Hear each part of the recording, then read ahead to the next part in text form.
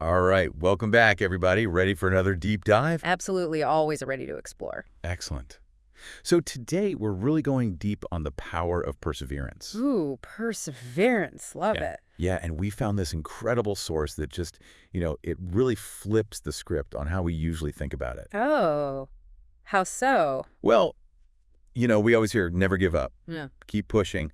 But this source, it's not about never failing. It's about getting back up. Exactly. It's that resilience, that inner fire that just won't quit. Yeah. And that's what we're going to unpack today. Sounds fascinating. So right off the bat, this source throws out this incredible metaphor.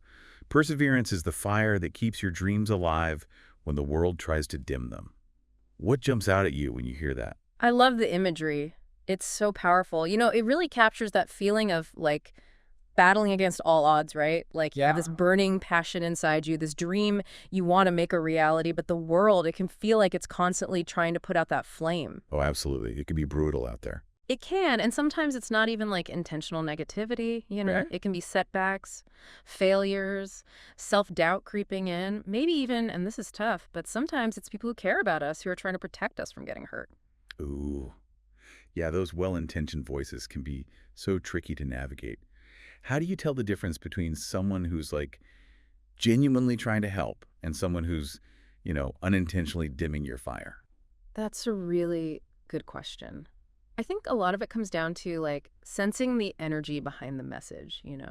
Is it coming from a place of love and support? Or is it coming from a place of fear or maybe even their own limitations? At the end of the day, you have to remember that you are the one who's responsible for your You dreams. get to choose who to listen to. Exactly. This whole conversation makes me think about Thomas Edison. Everyone always talks about how many times he failed before he finally invented the light bulb.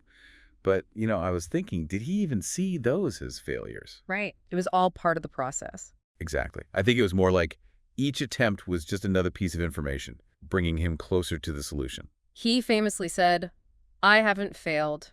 I've just found 10,000 ways that won't work." Such a great quote. And it really highlights how important perspective is. So how can we, apply that same mindset to our own lives? How do we turn those setbacks into fuel instead of letting them derail us? Well, the first step, I think, is accepting that setbacks are going to happen. It's part of life. It's not a sign you're doing something wrong. It's just part of the journey. Hmm. And then, you got to change your lens. Oh, interesting. How do you do that? Ask yourself, okay, what did I learn from this? How can this setback actually make me stronger, make me more creative, more resourceful, more determined? Think about a recent challenge you faced. How did it go down? Did you let it stop you? Or did you find a workaround? Exactly. And this is where that line from the source really resonates. It's not about never stumbling, it's about standing taller each time you do. But let's be honest, sometimes the road feels endless. Oh, yeah. You're working so hard, but the goal just seems miles away. It happens to all of us. So what can we do in those moments, right? When the discouragement and exhaustion set in, how do we keep that inner fire burning? Yeah, how do you prevent burnout? It's tough. Well, one thing that really helps me is breaking down those big goals into smaller, more manageable chunks. Okay, bite-sized pieces. Yeah. It's not about conquering Everest all at once. It's about setting a series of base camps along the way. That's a great analogy. It's like, you don't have to climb the whole mountain today. You just got to focus on reaching that next camp. Exactly. And you know what else helps? What's that? Celebrating those small victories. Oh, yes. Give yourself a high five for reaching that base camp. It keeps you going. Absolutely. Acknowledge your progress no matter how small it seems.